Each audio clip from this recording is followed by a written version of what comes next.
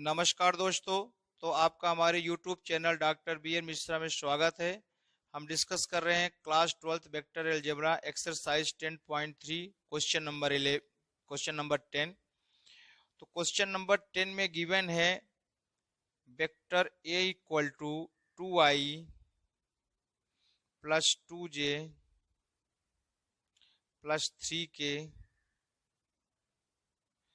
And vector B given है -i plus 2j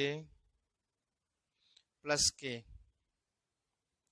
vector C given है 3i plus j। अब इसमें question है कि a plus lambda B and vector C perpendicular है, तो हमें लेमडा की वैल्यू फाइंड करना है। तो सबसे पहले हम लेमडा वेक्टर बी फाइंड करेंगे, a plus lambda vector B find करेंगे।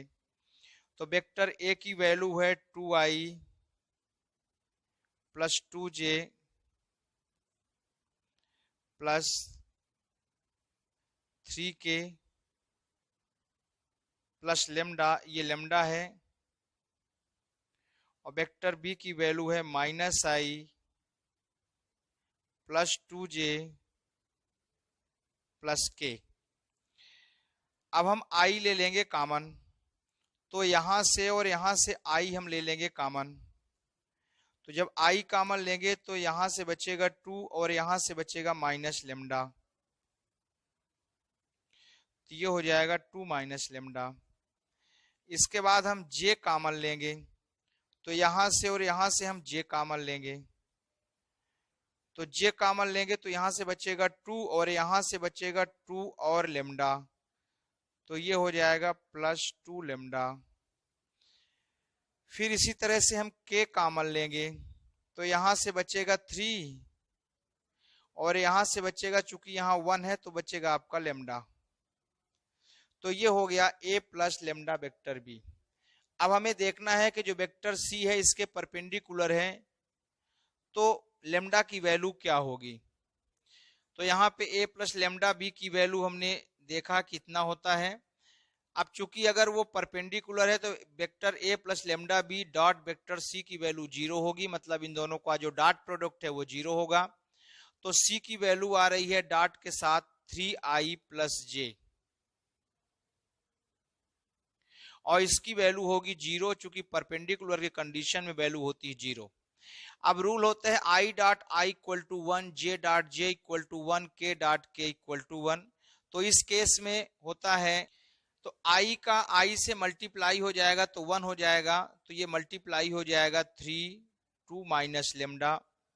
i का j से मल्टीप्लाई 0 होगा। फिर इसी तरह से j का i से मल्टीप्लाई 0 होगा, तो j का j से मल्टीप्लाई करेंगे तो ये हो जाएगा 2 प्लस 2 लेमडा। और फिर k तो है ही नहीं, इसलिए k का i और i एंड j से मल्टीप्लाई 0 होगा, तो इस तरह से हो जाएगा प्लस 0। और इक्वल टू में 0 इसलिए लिखा है क्योंकि परपेंडिकुलर में दो वेक्टर का जो डॉट प्रोडक्ट है वो 0 होता है। अब इसको सॉल्व करेंगे तो 6 minus 3 lambda plus 2 lambda equal to 0।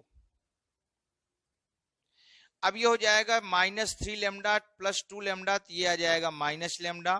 6 plus 2 तो ये हो जाएगा प्लस 8 इक्वल टू 0। तो यहां से इक्वल टू 0, 8 उधर ट्रांसफर हो गया, तो माइनस लेमडा इक्वल टू -8, तो यहां से लेमडा इक्वल टू आ जाएगा 8। तो इस तरह से दोस्तों हमने देखा कि जो लेमडा की वैल्यू है वो 8 आ रही है। इसके बाद हम क्वेश्चन नंबर 11 डिस्कस करेंगे। क्वेश्चन नंबर 11 में है कि हमें शो करना है कि vector mod vector A dot B and plus mod vector B vector A जो है ये परपेंडिकुलर है vector mod vector A vector B minus vector B vector A. तो हम यहाँ पे लिखेंगे गिवन दैट, क्वेश्चन आप देख सकते हैं, यहाँ तो मैंने क्वेश्चन आपको शॉर्टकट में बता दिया। तो अपने को प्रूफ करना है given that mod vector A vector B plus mod vector B vector A is perpendicular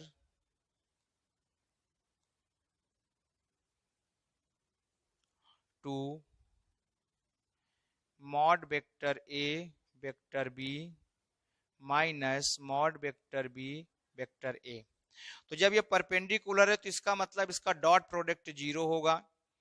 तो ये हो जाएगा mod vector A vector B plus mod vector B vector A, इसका और जो ये वाला वेक्टर है इसका जो डॉट प्रोडक्ट है वो 0 होगा। Mod vector A vector B minus vector A. चूंकि हमें ये प्रूफ करना है कि ये वेक्टर और ये वेक्टर परपेंडिकुलर है, एक्चुअल में ये गिवन है कि हमें प्रूफ करना है कि ये वेक्टर और ये वेक्टर परपेंडिकुलर है, तो इन दोनों को हम निकालेंगे डॉट प्रोडक्ट। अगर डॉट प्रोडक्ट की वैल्यू 0 आ जाती है तो इससे प्रूफ हो जाता है कि ये दोनों गिवन वेक्टर परपेंडिकुलर है। अब चूंकि हम जानते हैं कि वेक्टर मॉड वेक्टर ए को हम ए लिख सकते हैं, इसी तरह से हम मॉड वेक्टर बी को भी हम बी लिख सकते हैं। अब यहाँ पे जो फॉर्मूला यूज होगा तो हम ये भी जानते हैं कि ए स्क्वायर ए प्लस बी और ए माइनस बी का जो फॉर्मूला होता है वो होता है ए स्क्वायर माइनस बी स्क्वायर। इसको ये हमें मालूम है, तो इस फार्मूले के अकॉर्डिंग ये हो जाएगा ए प्लस बी और ये हो जाएगा ए माइनस बी। तो ये फार्मूला आ जाएगा आपका, कितना आ जाएगा, मॉड वेक्टर ए स्क्वायर और vector B square minus mod vector A square vector B square. यहां जाएगा mod vector B square vector A square. अब हमने अभी अभी देखा कि जो आपका वेक्टर बी का स्क्वायर होता है ये मॉड वेक्टर बी के स्क्वायर के इक्वल होता है, मतलब ये दोनों वैल्यू सेम होती है। तो इस तरह से, इसी तरह से अगर हम ये देखें कि यहाँ पे स्क्वायर है कि वेक्टर ए का जो स्क्वायर होता है वह वेक्टर ए के होल स्क्वायर के इक्वल होता है, इन दोनों के इक्वल होता है। तो इनको हम वैल्यू पुट करेंगे, तो इस तरह से हम इसको जब सॉल्व करेंगे तो ये हो जाएगा आपका, तो इसको यहीं पे हम सॉल्व कर लेंगे तो ये हो जाएगा मॉड वेक्टर ए स्क्वायर,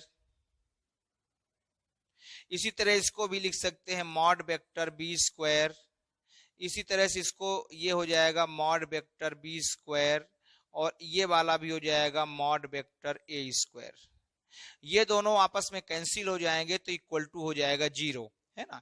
इससे प्रूफ होता है कि जो गिवन वेक्टर है वो परपेंडिकुलर है।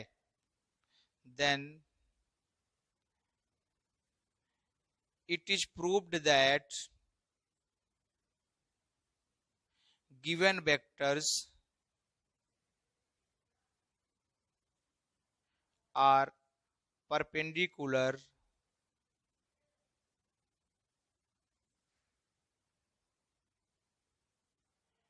to each other। ये आपका क्वेश्चन नंबर 11 भी कंप्लीट हो गया। दोस्तों हमने क्वेश्चन नंबर 10 और 11 डिस्कस किया। आप हमारे चैनल को सब्सक्राइब करें, लाइक करें, शेयर करें। कोई प्रॉब्लम है तो कमेंट करें। Thank you.